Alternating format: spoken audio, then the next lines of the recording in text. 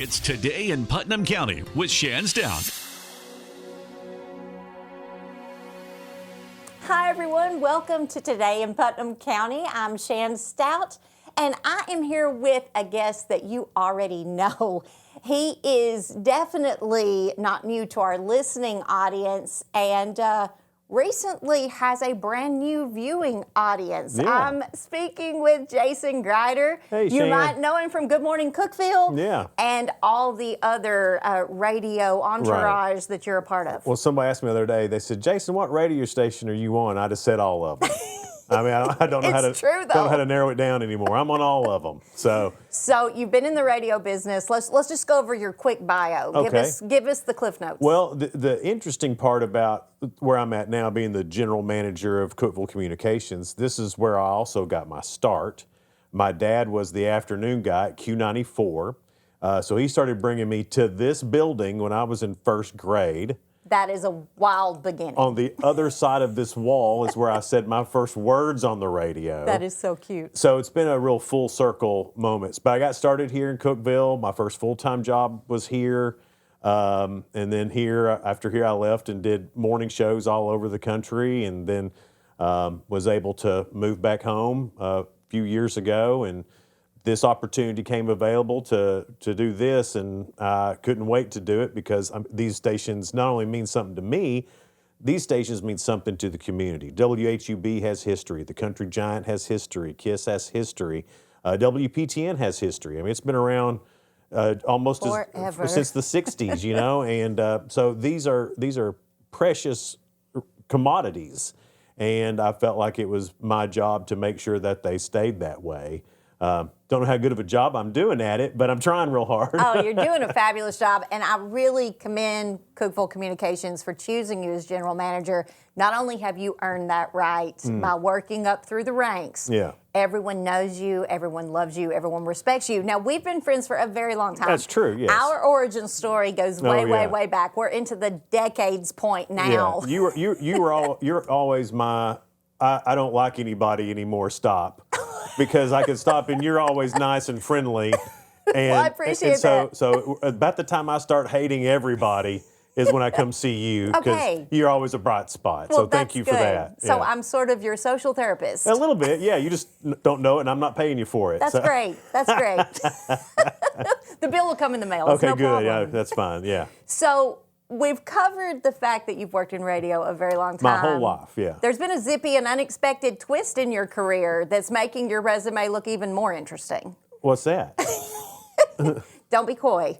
So, you got the call back, gosh, I don't even know what time it was in 2025, but you got the call, hey, Jason, I need a favor. Would you be interested in being a correspondent for public television? Yeah. Right? Yeah. Oh, yeah, that thing. And that turned out so cool, and it is so cool, and I thank you for involving me in that, because I'd seen it and had been a interviewee before with the Old Gray, and Wish You Were Here did a great segment on the Old Gray. So I'd been on the other side before, and that was a lot of fun. Rafferty Cleary, who was on Wish You Were Here. We love Rafferty. 1 through 3? Yes. Season 1 through 3?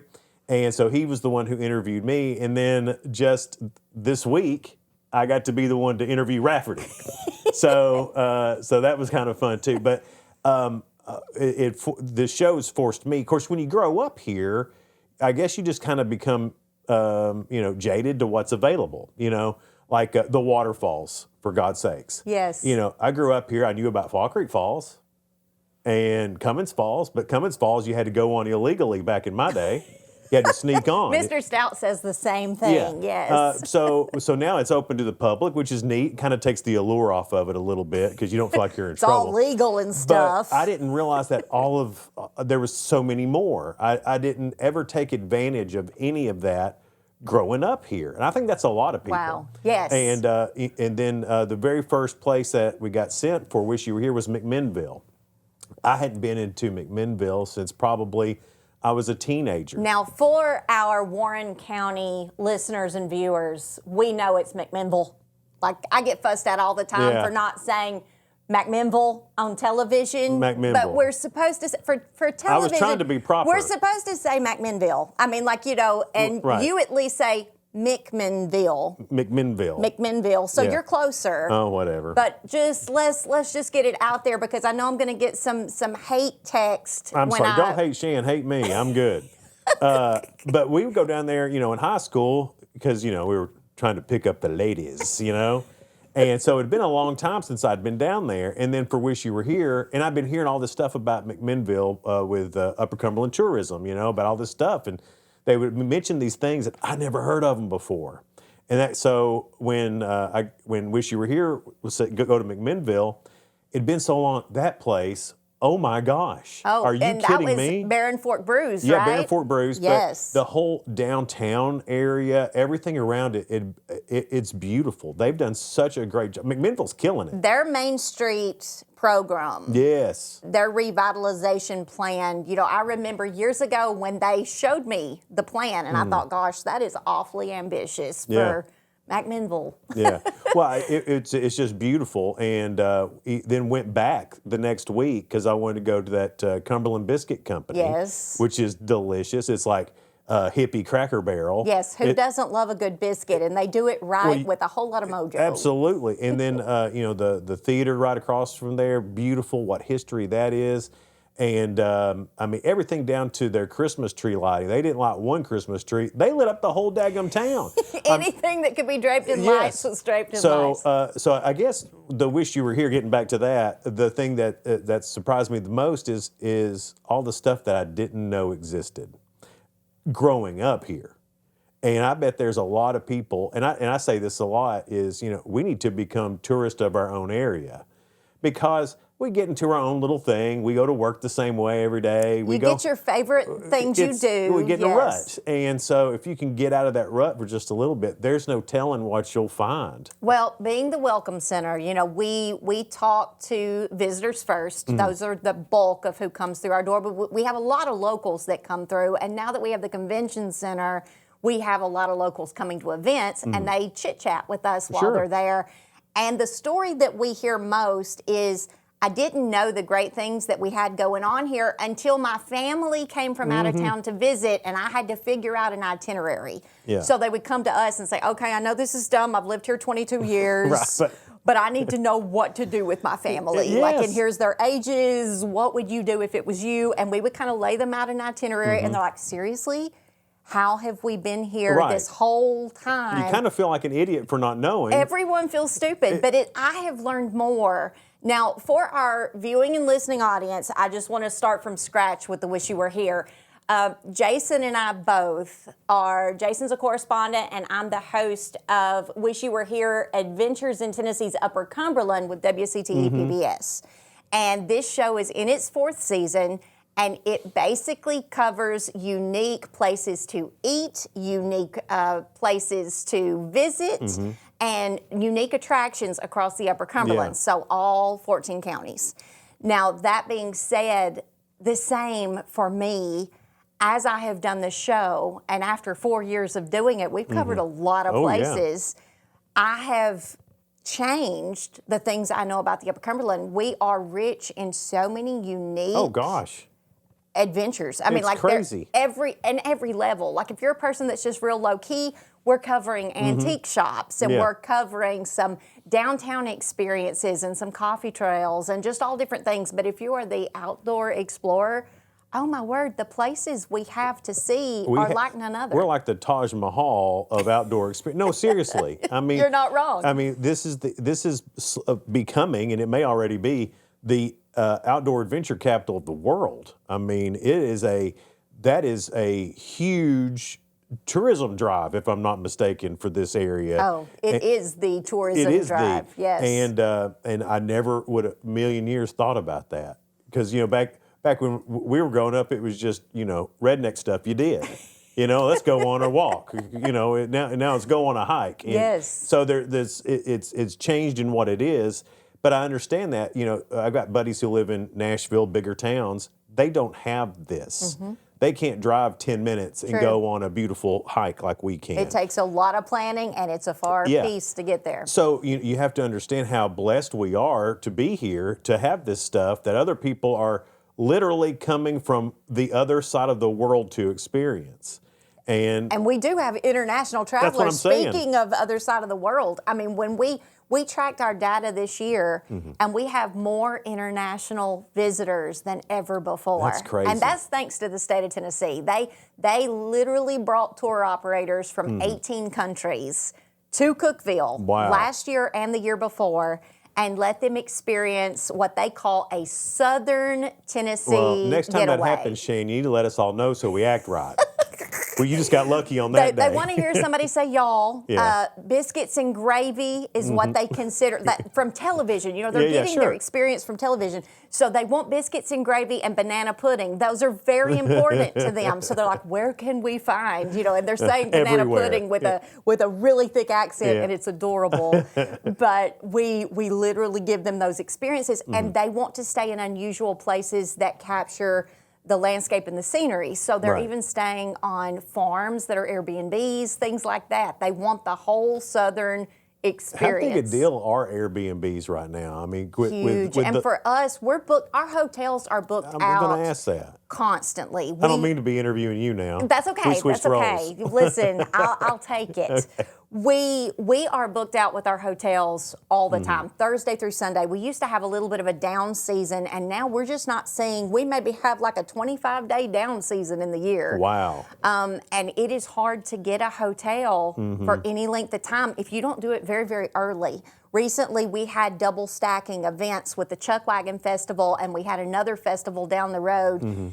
And we could not find a single hotel room anywhere. So we were sending them to Airbnbs, and the Airbnbs, that was also tricky. So we, the last time we tracked our data, we had 287 Airbnbs just right here in Cookeville. So they're everywhere. Yeah. They're everything from apartments that are above the west side. Have you seen the one in? I think it's in James or Clark Range, but it's an old wagon. Yes. Have you seen that? It's crazy. How cool is that? We might visit that for Wish You Were Here. Add it to the roster. That looks so cool, and of course that's in that area too where the zero light pollution Yes. is. And who knew that even existed here? It's one of the few places in America that has zero light pollution. Yes. I forgot what's the name of the park up there. PCCC. It's got a lot of C's in it. Yes. I forget what it. But if you go, you can stay there, and then there's zero light pollution. So you know everybody talks about. Well, I tried to see the Northern Lights. Well, it's like on the National Registry of Stargazing Sites. It's amazing up there. And then they also offer night horse rides too. Did you know that? Yes. Unbelievable. So could you imagine? You're on a horse. It's dark. You can see all the stars. You can see the milk. It is the coolest and one. I mean, if you've got a lady friend you'd like to take, it's one of the most romantic things ever. Well, and you know the Pickett State Park, and it has Pickett a very State Park, long, yes. but it has a very long name. Yeah. So the historians are going to come for me on that one. Yeah.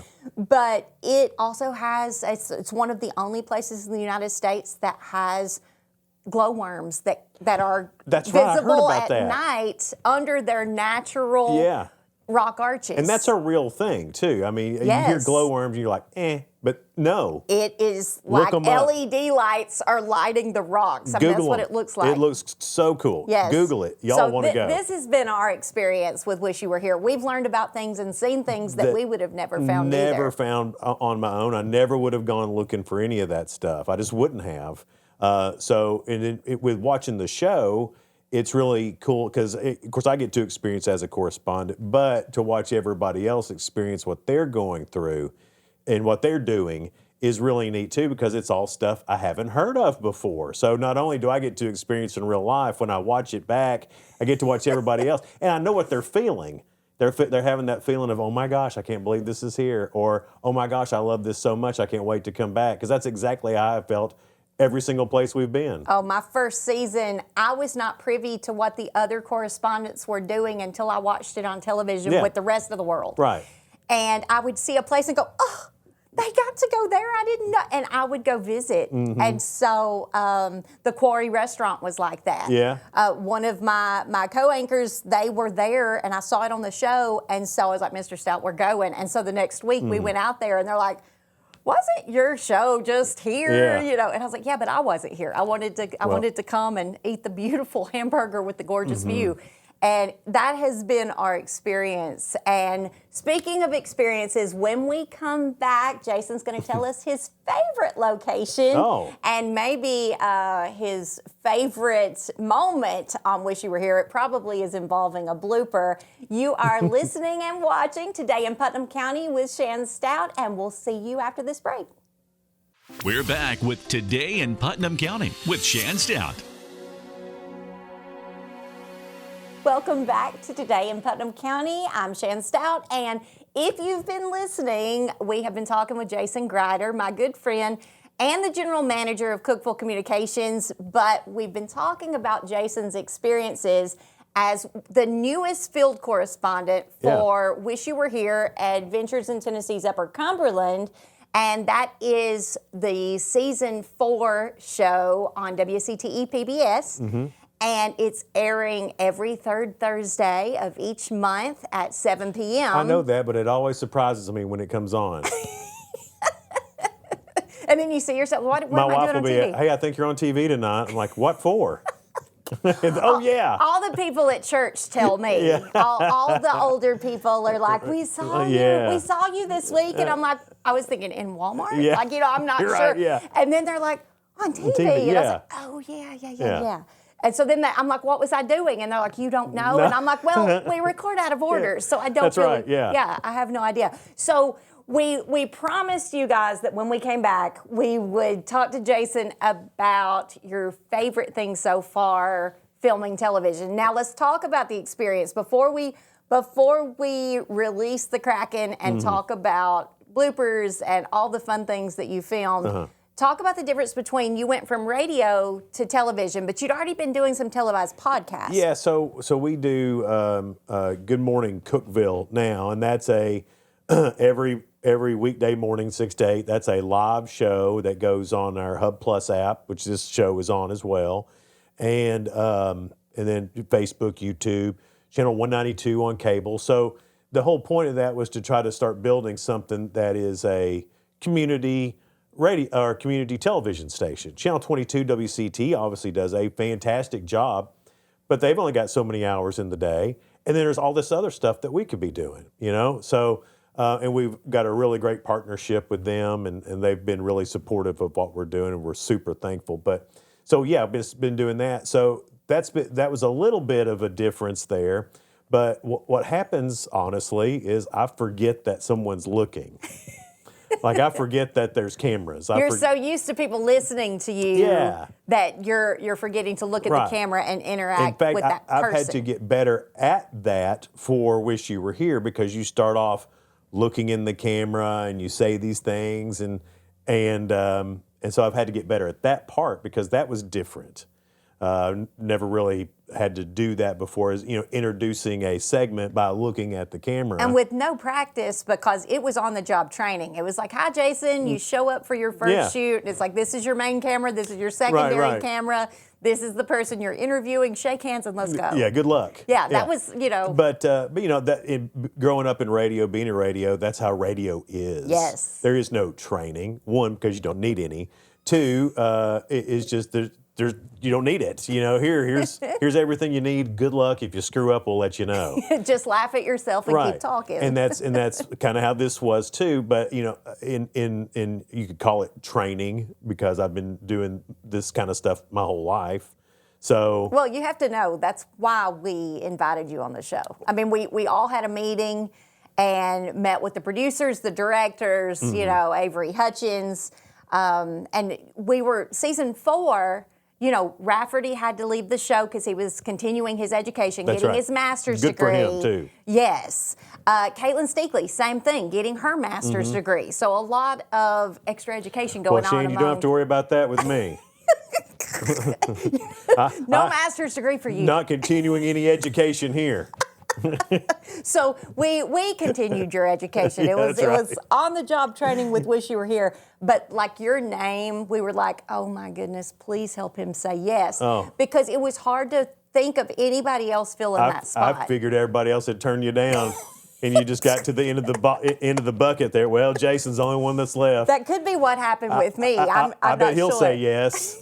That could be why I've taken over Mayor Porter's podcast. I mean, Yeah. he may have asked 19 people, and I was number 20. But he didn't ask me, so maybe I was 21. Hey, that makes me feel better. Yeah.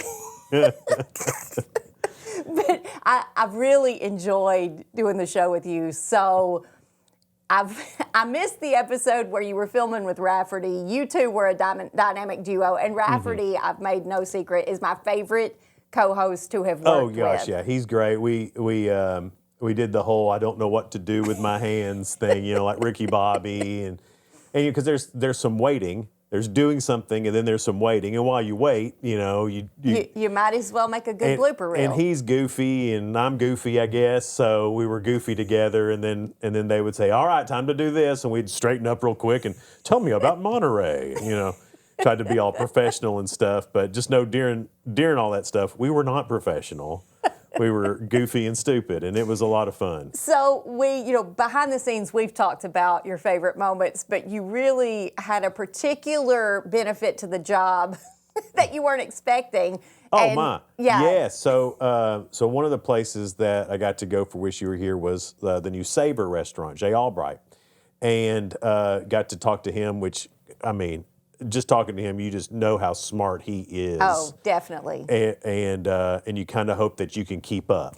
Well, he started out as an editor. Yeah. So he's very intelligent. Right. And let's clarify with our listeners, this is Sabre in downtown Cookeville. Yes. Historic West Side, brand new restaurant, gorgeous restaurant. It's great. And Where the Jay Blue is- Pig used to be. Yeah, he's also the owner of Seven Senses. Right, which is now open back up. Across the street. So, I mean, he is just dominating the West Side. Well, and you're right. He started off as an editor. He has a great grasp on the English language, and I don't. So it was a little intimidating to talk to him, but he's so nice, and it was easy. Once you got to talking, it was real easy. But the best part was they had to film me eating food, which I thought was weird. Listen, that is fantastic. Because my That's first the thought best was, part of who our wants gig. to watch me eating food? My own wife doesn't like that.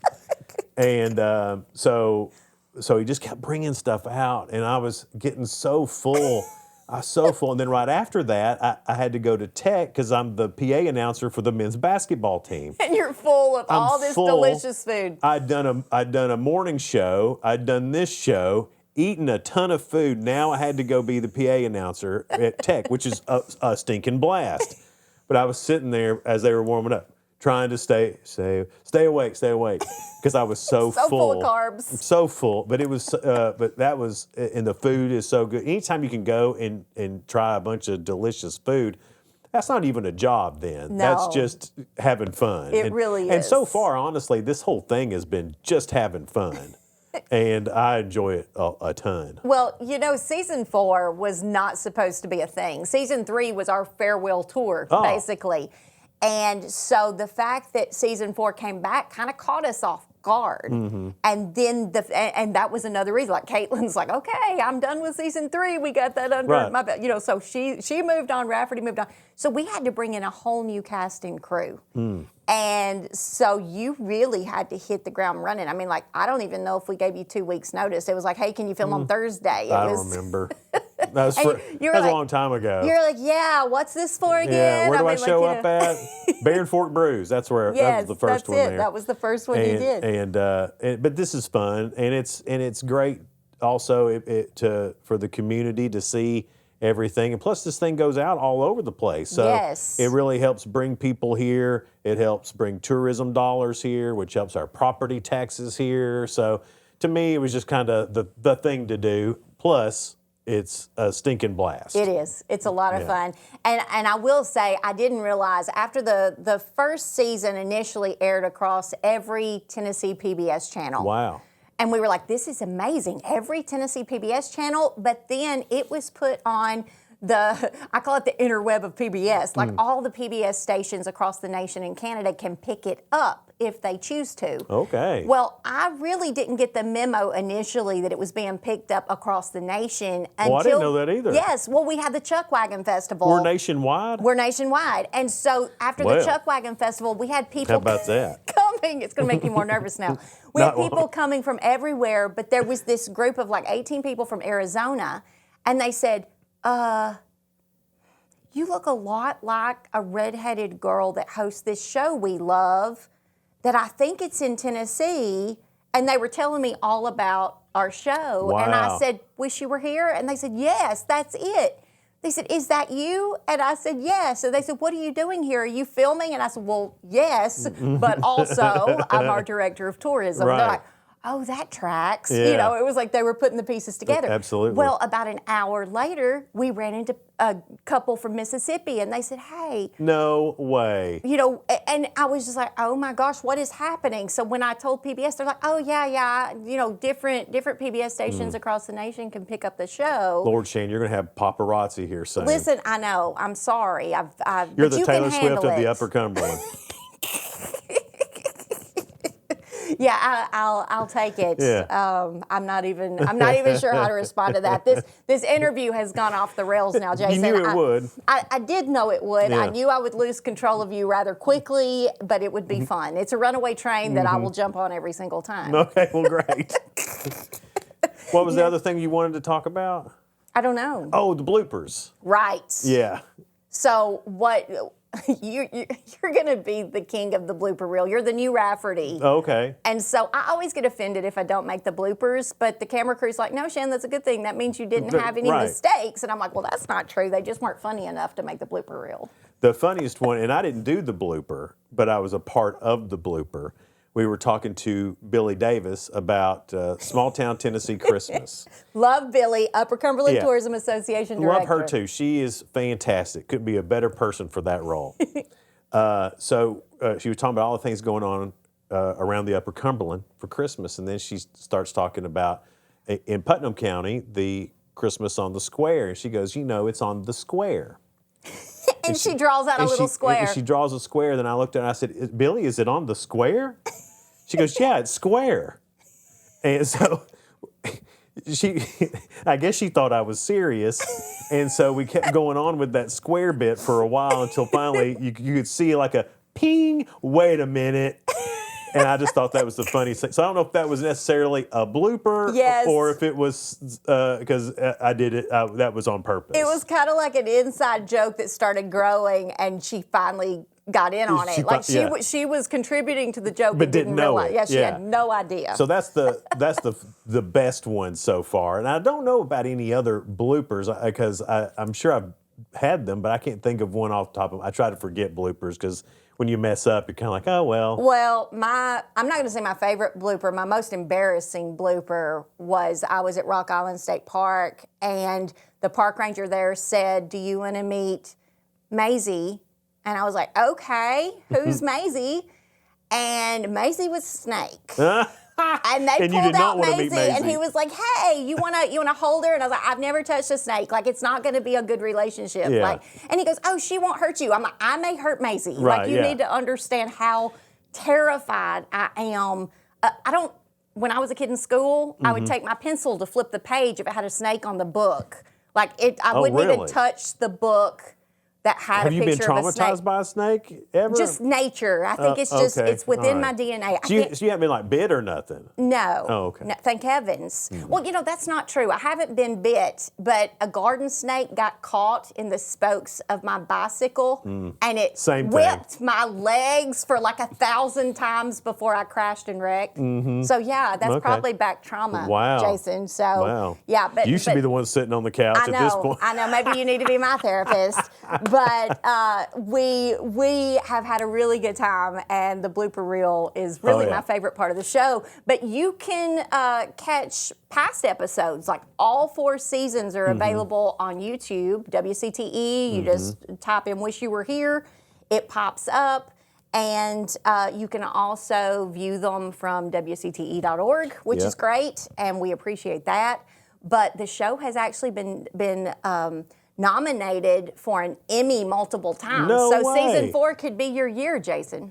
If I win an Emmy, there'll be no talking to me. Yeah, we wouldn't be able to that get your point. head through the door. Absolutely not. No, and I'd be done with all you people. Yes, and it has been the shortest 30 minutes of my life. Like today in Putnam County, I'm going to have to call Mayor Porter after this is over and just be like, "Mayor, thank you. This was a great afternoon." I'll let him know too. We had a big time. It's been wonderful. Thanks for having me. Oh, Jason, you know what? Thanks for having us. Me, We no problem. appreciate being here. And for all of you, we hope you join us every week from Today in Putnam County. And Tessa's not here today. She is out sick with a little one, and we will see her next week. So, guys, tune in, and we appreciate it. This has been Today in Putnam County.